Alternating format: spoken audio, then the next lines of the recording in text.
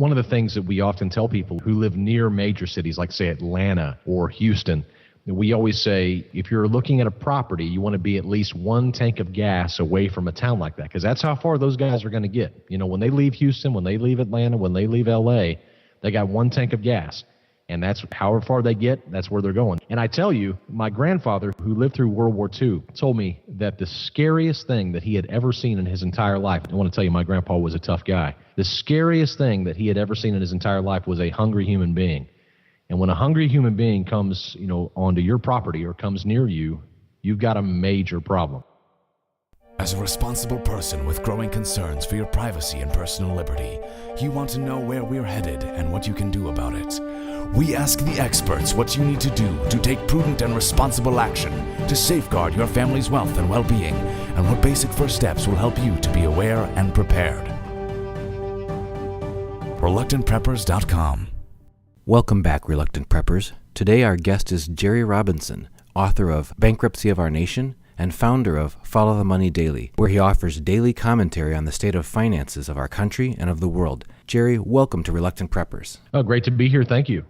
Today we'd like to talk with you about where in the world is the right place for people to settle down, to move, if they are interested in reducing risk of social unrest or turmoil that might come, and have a safe location for their family where they can have the basic needs met and are less dependent on perhaps unreliable infrastructure or systems, and also perhaps further out of harm's way than they might be in case of social unrest, and what principles would guide people in helping to make a decision of where's the right place for them to live?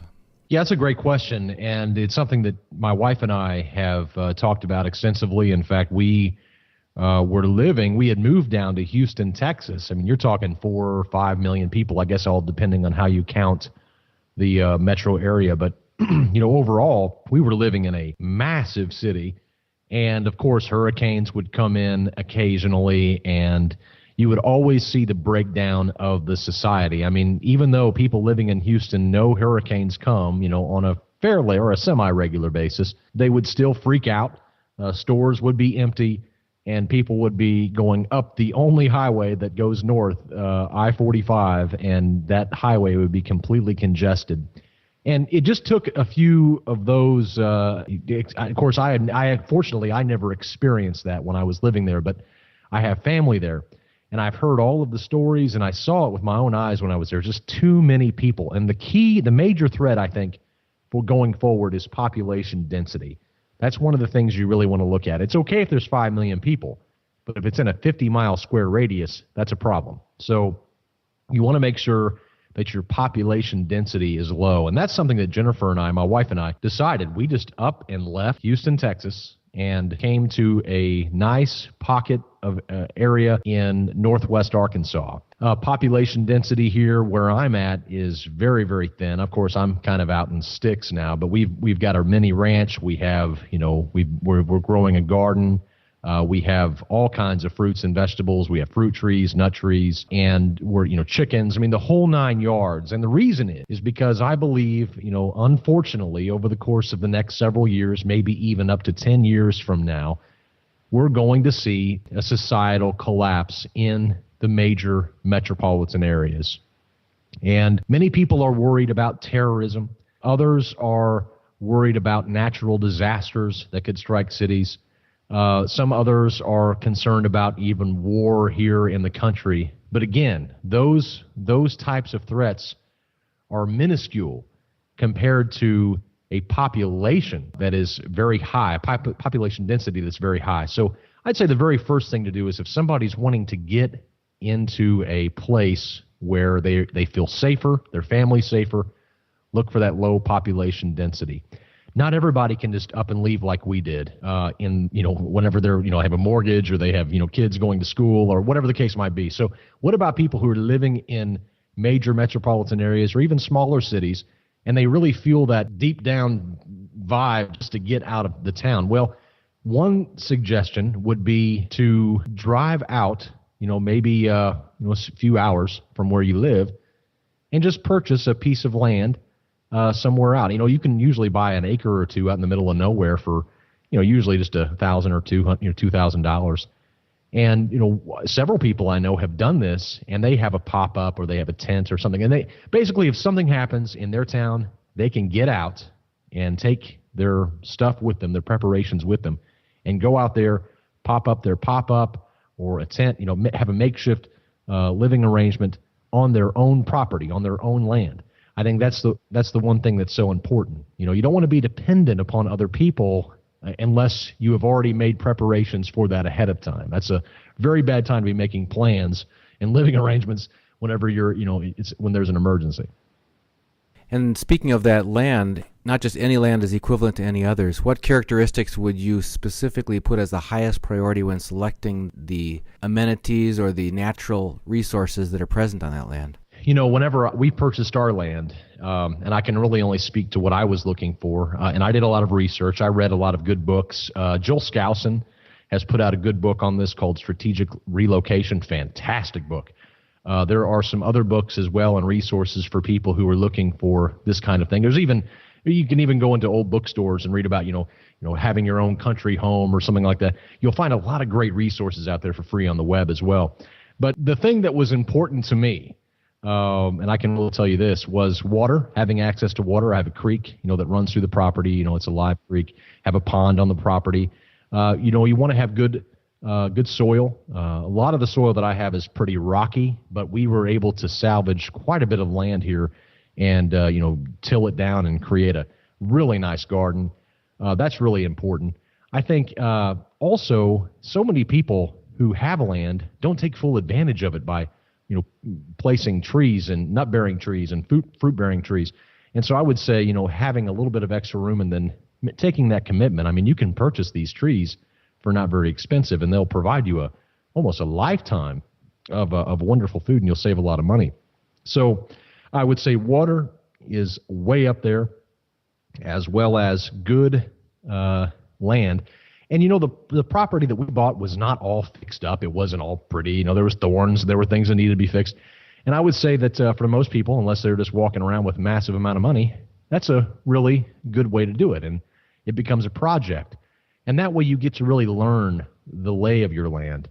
And so that's what I would recommend to people. I think, again, water, the ability to cultivate your own food. Certainly if you want to have animals, make sure there's no restrictions in your area. I know some states are getting real bizarre about it. And don't be afraid to buy something that needs a little bit of TLC. As long as you have some strength left in your bones and in your body, that's something you can certainly do. Now, back to the question of general location. One of the slides I saw you display at the Liberty Mastermind Symposium in Las Vegas, Nevada recently showed a map that indicated where all the major population centers were, a lot of them clustered along the borders of the country, along the coastline or other border areas.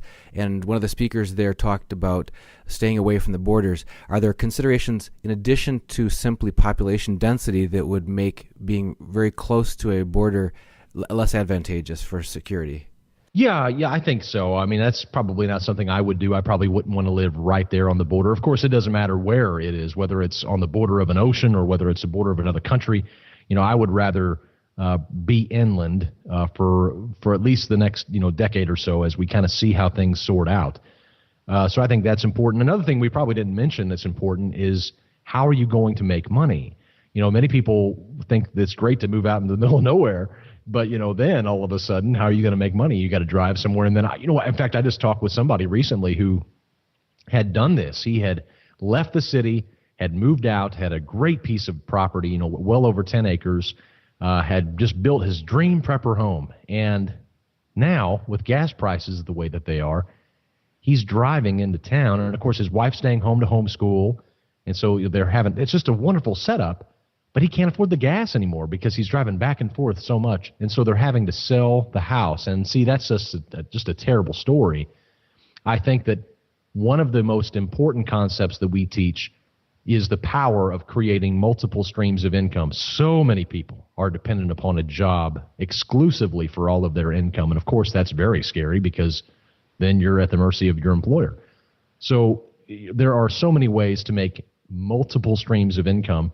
And that's something that we focus on at our organization. I think that's one of the ways we empower individuals to prep and to actually take action is that they do have those multiple streams of income coming in, so they're not beholden to one single job, so they can live out wherever they choose, and as long as they have internet, they can operate. The internet's an absolutely wonderful thing, and it certainly has leveled the playing field for so many entrepreneurs. Right. It opens up a lot of opportunities that are portable and not location dependent for many folks, as well as things that can fit into their timetable. It's not locked down. Often the things that you're able to do to create income streams there can work around your schedule to a great extent, and that can be fit a more flexible lifestyle where if you need to try to be doing some of these agricultural things or homeschooling, as you mentioned, other things that are more family-centered can afford you some of that flexibility. Now, in the case of a societal collapse that we're describing the possibility of, it wouldn't be right to put all your eggs in that basket and assume that the internet and the ecosystem of the economy surrounding the internet is going to be there and present and ready to continue to provide you with income. So that's where we fall back on some of those more fundamental things I think you were talking about, such as large garden and trees that can create produce and so on for your family, water, chickens, all that sort of thing. Any further thoughts along those lines? You mentioned multiple streams of income, some of those that might not be entirely dependent on a well-functioning societal infrastructure, including the internet. Well, that's a really good question. We can dive there. Before I do, I was just thinking of one other thing that I completely thought about, and that was the concept of transportation thoroughfares whenever you're selecting a property. That was something else that I forgot until just now that was very important on our list.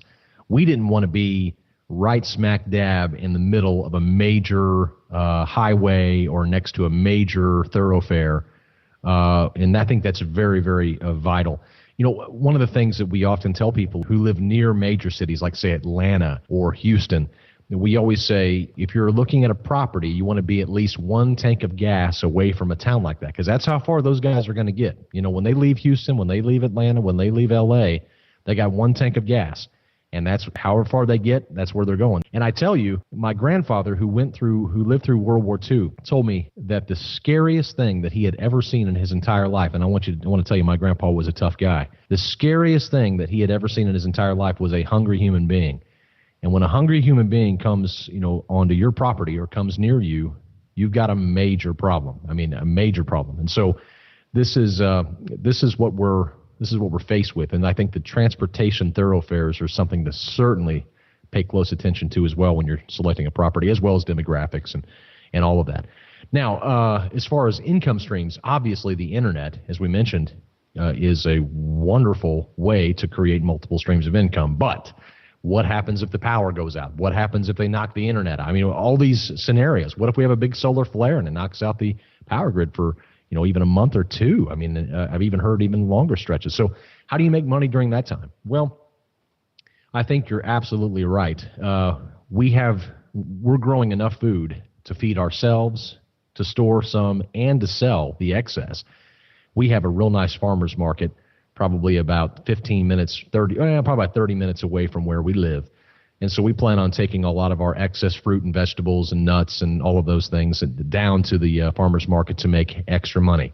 We also talk about the ability to create a referral business. That's something that we're actually talking about right now on our website at followthemoneydaily.com. And that is a referral business where you lock up with other businesses who are providing a product or a service, usually a service, and you help them advertise, and then you share in the revenue. And we go into great detail about how to do that. All you need is a phone for that to work. So you don't really need the internet for that. And there's probably, we have about 22 different income streams on our website that people can check out. It's also in our book, Bankruptcy of Our Nation. It's just something that we really feel people need to be ready for. It's unfortunately, I think it was on the Drudge Report, I was reading the other day, or maybe it was USA Today, I can't remember what I was reading, but 48% of Americans, the latest poll, have less than 1 month of savings. I mean, this is just ridiculous. We have so much money. And people say, well, I'm not making very much money. Well, you're giving money away to the corporations. I mean, if you really take a look at the amount of money that's coming into most people's lives, if they would stop spending it upon cheap Chinese imports, they would actually have a decent amount of money that they could try to store away a little bit. So we're living on the edge, and half of the people don't have enough to make it through 1 month without bankruptcy or foreclosure. This is not good. This does not end well.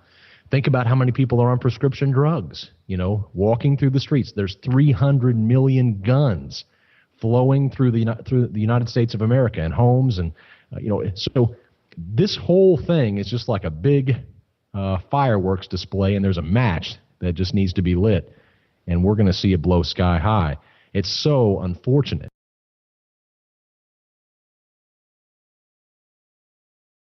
That such a wealthy nation has ended up here. And some of those urban areas we were talking about earlier are known to be notoriously more violence-prone than others. We have 2 close family members who live in the Los Angeles area, one of whom referred to it as a kill zone in case of social breakdown. And there are some of those metropolitan areas that are notoriously more dangerous than others. I was listening to the radio yesterday, and they said that on an average weekend in Chicago, there can be anywhere from 10 to 15 to 20 street shootings. So it's become so routine that it doesn't even necessarily make major news stories anymore. The whole country is riveted by some of these more glamorous examples of racially opposed, violent crimes recently or something where there may be some spectacular shootings, but the fact that this happens on a routine basis in a lot of larger metropolitan areas, it might be especially important for people who live in or near those areas to have, as you mentioned, a safer location to get to in case of societal collapse. Oh yeah, absolutely. I just this last weekend I had to go out and speak at a conference, just like that Liberty Mastermind Symposium that we did in Las Vegas. I was at another conference in Florida, and even when I was in Las Vegas, when I was there with you, when I'm in these big towns, I get that same vibe no matter what, especially in Las Vegas. I felt Las Vegas was just a powder keg. I mean, I could not get out of that place quick enough. When I was in Florida, I felt very similar. These towns are too big. There's just too many people all moving to them. And in fact, we're seeing that currently, and this was a staggering statistic. I couldn't believe it when I read it, but 81% of Americans live in high population density metropolitan areas. Only 19% of Americans live in rural areas. That's almost astonishing. I mean, it's almost hard to believe because America was really bred in these rural communities, and of course many of them are drying up. But that's okay. I mean, that actually just means that the population density where I'm at is just lower, and that's good for my family, and that's really what I want. And it really does demonstrate, as you said, a historical shift from the way that our country was constituted for the first 200 years of its history.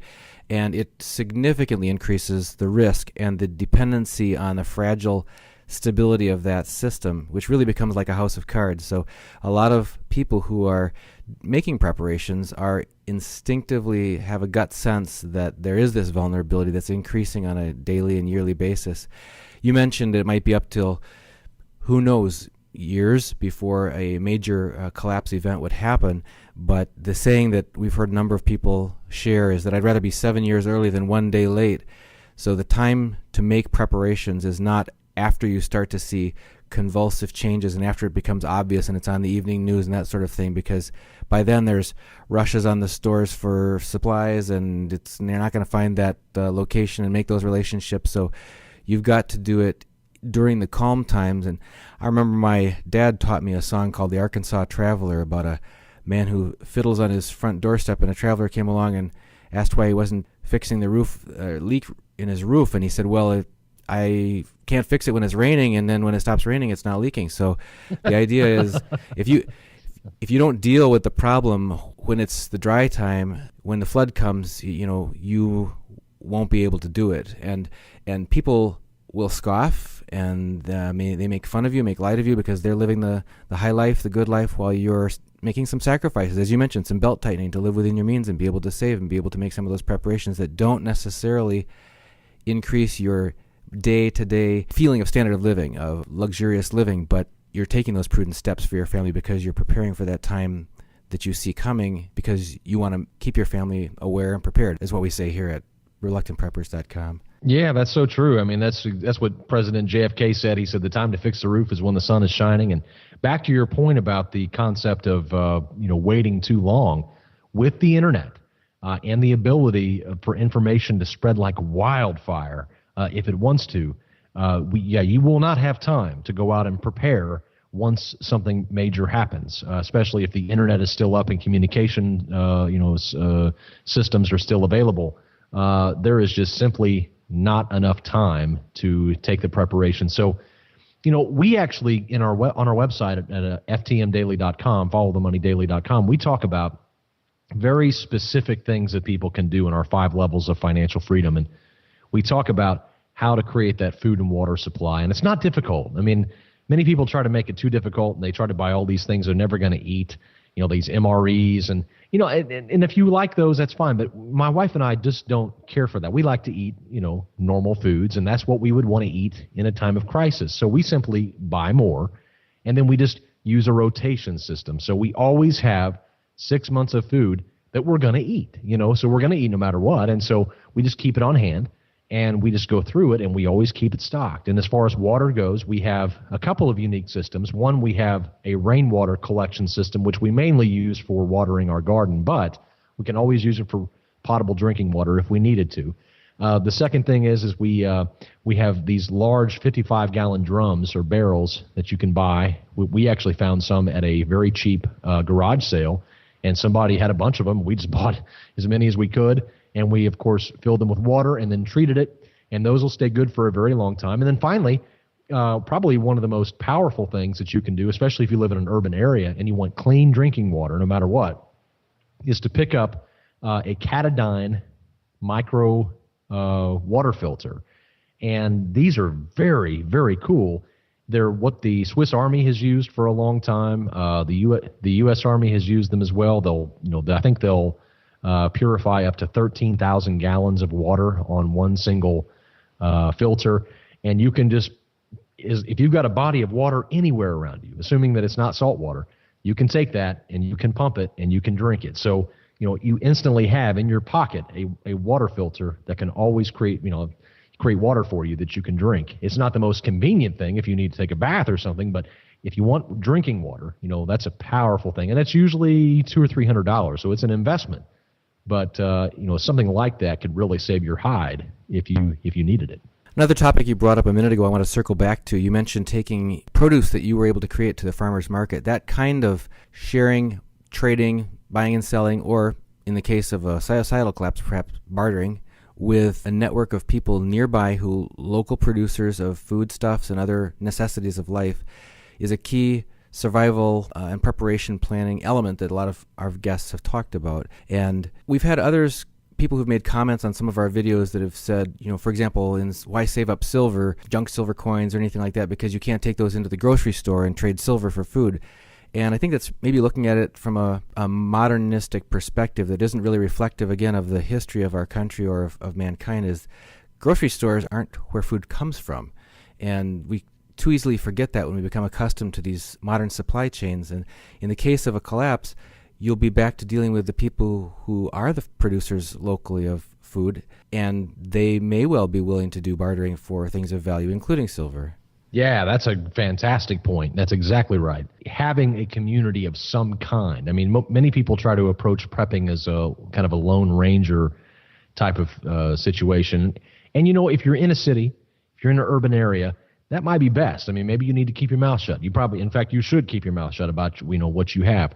There's a really great book called Urban Survival Guide, and it was written by a good friend of mine named David Morris. And he made a really great point to me one day. He said, if I want to share my food and water or supplies with my neighbor, that's my prerogative, and I can if I want to. But I want to be able to do it on my own terms. I don't want my neighbor to know that my house is full of food. However, I can always, if I see that his son or daughter is going hungry, I can always sneak out in the middle of the night, put some food and water on their doorstep, and give anonymously, because obviously I wouldn't be able to stomach that if I saw that going on. But they don't have to know where it's coming from, and I think that's very important. A lot of people brag about what they have. I'm prepping. Well, that's going to come back and bite you eventually. So it's important to keep those things down low. Now, if you live in a rural community, a lot of people around you are kind of living the same way. I mean, they're preppers. They just don't really know it. They have, plenty of livestock. They got plenty of food. They got plenty of water. So you don't have to worry as much about some of those folks, and you'll find as you begin to build community with them that many of them you can glean so much information. We have lost so much great information from previous generations. This generation that we're living in now, I mean, we can't live without AC. We can't live without heat. We can't live without electricity. And, I'm glad we don't. I'm glad we don't have to live without it. But we are not a very tough generation. We look back at that greatest generation, World War II, World War I. We go back and we see the kind of people that we used to be. We've gotten so sensitive now, so soft. It's just not a good thing. I mean, we have a really bad set of criteria, things that are kind of this bad combination of all these things that are kind of lining up like a perfect storm. And like we said, it's just not going to end well. One more point related to that idea of bartering or trading. In terms of what you might be able to use as currency going forward, a lot of people who may be pulling their money out of stocks or other what they perceive as more risky investments and want to have a safe place to put their funds might be tempted to go into cash in their savings account, bank account, checking account, or even paper dollar bills. What is the future? You happen to be, and our visitors might not know this, but an expert on money trends and the U.S. dollar. So what is your outlook of the current state of health of the U.S. dollar and your prognosis for its health in the next decade to come? Well, my background, as you mentioned, I'm an Austrian economist. Whether that makes me an expert or not, I mean, I guess I've written books on it and whatnot. But as far as the dollar goes, yes. I mean, I think most people by now, especially people in your audience, have got it through their skulls. I mean, this is a problem. The dollar is a problem. And the reason that the dollar is a problem is because it's too available. It's too much supply. And that's not necessarily a bad thing if that can be sustained, but it can't. That's what's so unfortunate. When people look at their 401k statements, or they look at the stock market, or they look at their IRA statement, or they look at their housing value, or they look at their income, this is the very first generation. And if any of your listeners can think of another generation, please, tell them to send it to me, because I have looked high and long to find this. We are the very first generation that demands that the present must be the minimum. In essence, my income must go up. My IRA, my retirement account must go up. The stock market must go up. My house value must go up. My everything must go up. Now, think about it. How is that possible? How is that even possible? Well, it's not possible unless you have an expanding currency base. Well, how do you allow your currency to perpetually expand? Well, you have to have expanding demand. Well, how do you create expanding demand? Well, you have to get other countries to want to take that currency and use it or hold it or whatever. And we did that with oil. That's how we did it. But now, as we all know, Russia, China, these other countries, they want a seat at the table. They're tired of using the dollar because we get all the benefits. It's been called the exorbitant privilege that we have. We get to print as much money as we want to, and other countries hold it, and therefore we don't really deal with the inflation.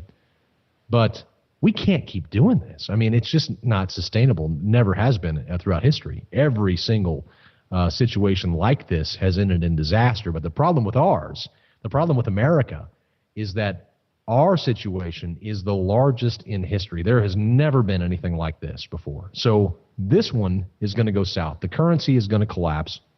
Now, I started saying this back in 2004. People were crossing their eyes, looking at me weird. And I was too early. But of course, I wasn't saying it was going to collapse next year. That's one thing that I've never said. I've always told people that we don't know when it's going to collapse. It's just going to.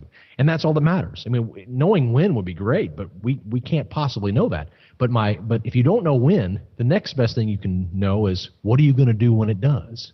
And when you ask people that, many people say, well, I don't know. And what are you going to do now before it does? Well, exactly. What's your exit strategy, in other words? If the dollar does collapse, do you have an exit strategy? And, of course, you mentioned silver, gold, or certainly things, even other foreign currencies. And some people don't like that idea because they say, well, it's just paper. But remember, currencies are like seesaws in the fact that when one falls, another one has to go up by default. And so you can identify which currencies really kind of seesaw back and forth on each other. So if the dollar goes down dramatically, it has to go down dramatically in relation to another currency. So which currency is going to go up if the dollar goes down? Well, if you do your homework, you begin to kind of study that and you realize, and we actually have a currency monitor that we provide all of our subscribers where we list our favorite currencies, and those change. I mean, we update that once a month.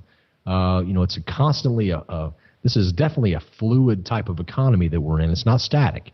So we do put out a lot of great information for people who are wanting to know how to diversify their investments, how to prepare for inevitable inflation, which will, by the way, unfortunately, we believe will be followed by a sustained period of deflation. And the reason for that is that the amount of currency that's in the system is unsustainable. They're going to have to bleed it dry. They're going to have to take some of the money out. And when you take the money out of the system, you do that, A, by raising interest rates, because interest rates are like levers.